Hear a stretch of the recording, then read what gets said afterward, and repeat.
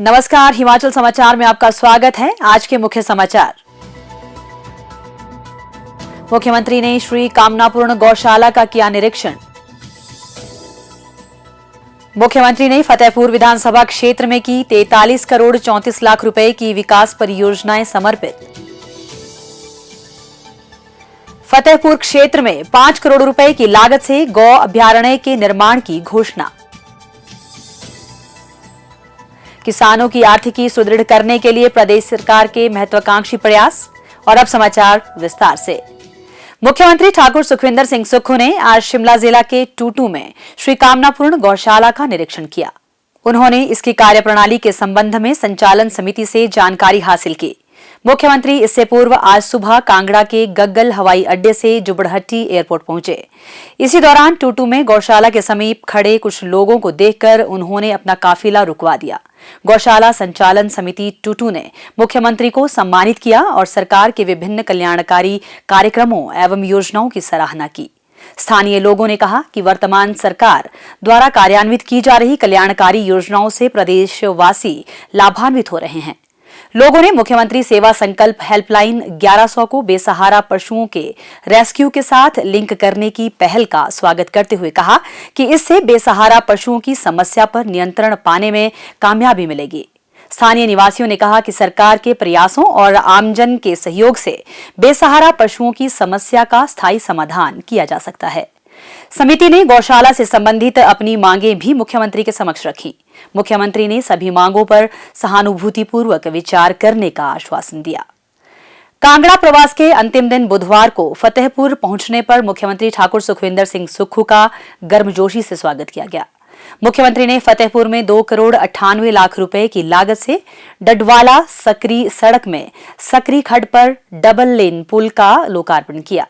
इससे आसपास के गांवों के लगभग 8,500 लोग लाभान्वित होंगे। उन्होंने फतेहपुर तहसील के अंतर्गत 26 पंचायतों के निवासियों के लिए 2 कार्यशील घरेलू नल कनेक्शन योजनाएं भी समर्पित की।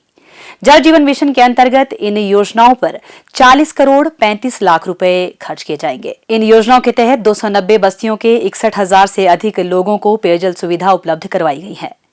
मुख्यमंत्री ठाकुर सुखविंदर सिंह सुक्खू ने फतेहपुर में जनसभा को संबोधित करते हुए कहा कि पूर्व प्रदेश सरकार के कार्यकाल के दौरान राज्य पर कर्ज का आंकड़ा लगभग 75,000 करोड़ रुपए होने के बावजूद वर्तमान सरकार इसे कम करने के लिए निरंतर प्रयासरत है।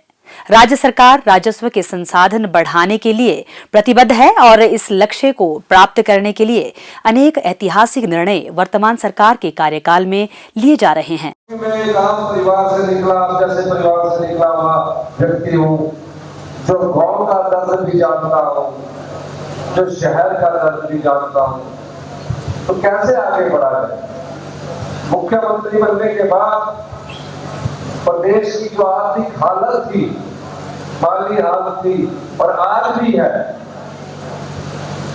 उसके साथ निश्चित तौर पर हमें अपना खर्चा पूरा करने के लिए भी कड़ी मेहनत करनी पड़ रही है। इसका ये मतलब नहीं है कि हम विकास में गति नहीं आने देंगे, हम विकास भी करवाएंगे और हिमाचल प्रदेश की व्यवस्था जो पिछले 40 साल से बिगड़ी हुई थी, उस व्यवस्था को अर्थव्यवस्था के रूप में अगले आने वाले 4 सालों में अपने पांव पर खड़ा करें।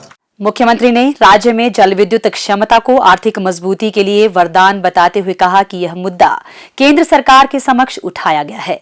उन्होंने कहा कि हिमाचल प्रदेश ने ऋण मुक्त जल विद्युत परियोजनाओं से रॉयल्टी का हिस्सा 30 से 50% तक बढ़ाने की मांग की है। मुख्यमंत्री ने पुलिस चौकी रेहन को थाने में स्तरोन्नत करने और फतेहपुर क्षेत्र में स्विमिंग पूल, सुविधा युक्त इंडोर स्टेडियम खोलने की घोषणा की। उन्होंने फतेहपुर क्षेत्र में 5 करोड़ रुपए की लागत से 300 कनाल भूमि में अत्याधुनिक गौ अभयारण्य खोलने की घोषणा की। उन्होंने फतेहपुर क्षेत्र में राजीव गांधी राजकीय मॉडल डे बोर्डिंग स्कूल खोलने की घोषणा भी की। मुख्यमंत्री ने फतेहपुर के हरा चौक में पूर्व मंत्री सुजान सिंह पठानिया की प्रतिमा पर माल्यार्पण किया। पौंग बांध स्थित महाराणा प्रताप की प्रतिमा पर भी मुख्यमंत्री ने माल्यार्पण किया। हिमाचल प्रदेश अनुकूल जलवायु, समृद्ध मृदा और प्रचुर प्राकृतिक संसाधनों से परिपूर्ण है। प्रदेश की अधिकतर आबादी ग्रामीण क्षेत्रों में रहती है। और प्रत्यक्ष और अप्रत्यक्ष रूप से कृषि क्षेत्र से जुड़ी है। प्रदेश की अर्थव्यवस्था में कृषि और संबद्ध क्षेत्र महत्वपूर्ण भूमिका निभाते हैं। खेत से सोना उगाने वाले मेहनतकश किसानों के हितों को ध्यान में रखकर प्रदेश सरकार योजनाएं कार्यान्वित कर रही है। प्रदेश सरकार किसानों की आय दोगुना करने के लिए महत्वाकांक्षी योजना हिम उन्नति के अंतर्गत एकीकृत एवं समग्र कृषि गतिविधियों को बढ़ावा दे रही है। योजना के अंतर्गत 2603 क्लस्टर प्रदेश में बनाए जाएंगे। कृषि एवं अन्य संबद्ध क्षेत्रों से जुड़े लोगों को लाभान्वित करने के उद्देश्य से एकीकृत कार्य योजना बनाकर कार्य करना सुनिश्चित किया जा रहा है। कृषि में प्रौद्योगिकी का उपयोग सुनिश्चित करने पर भी विशेष बल दिया जा रहा है। प्रदेश सरकार कृषि की लागत कम करने, मिट्टी के स्वास्थ्य में सुधार, पर्यावरण प्रदूषण को कम करने और उपभोक्ताओं के लिए रसायन मुक्त स्वस्थ खाद्यान्नों का उत्पादन करने के लिए किसानों को सुभाष पालेकर प्राकृतिक खेती पद्धति अपनाने के लिए प्रोत्साहित कर रही है। वर्तमान में प्रदेश की 3611 पंचायतों के 1,65,221 किसान सफलतापूर्वक प्राकृतिक खेती कर रहे हैं। इसके उत्साहजनक परिणाम देखने को मिल रहे हैं। प्रदेश सरकार जैविक खेती को भी बड़े पैमाने पर बढ़ावा दे रही है। देसी गाय की खरीद पर आर्थिक सहायता प्रदान की जा रही है। प्राकृतिक उत्पादों को बढ़ावा देने के लिए प्रदेश में विशेष प्राकृतिक कृषक उत्पादक संगठनों को गठित करने पर बल दिया जा रहा है। मुख्यमंत्री ठाकुर सुखविंदर सिंह सुक्खू के नेतृत्व में प्रदेश सरकार समाज के सभी वर्गों का कल्याण एवं सभी क्षेत्रों का विकास सुनिश्चित बना रही है।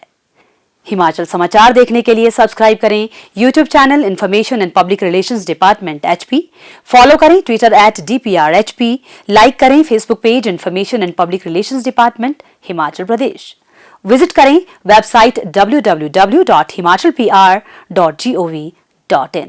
इस अंक में इतना ही। कल फिर होगी मुलाकात। दीजिए इजाजत। नमस्कार।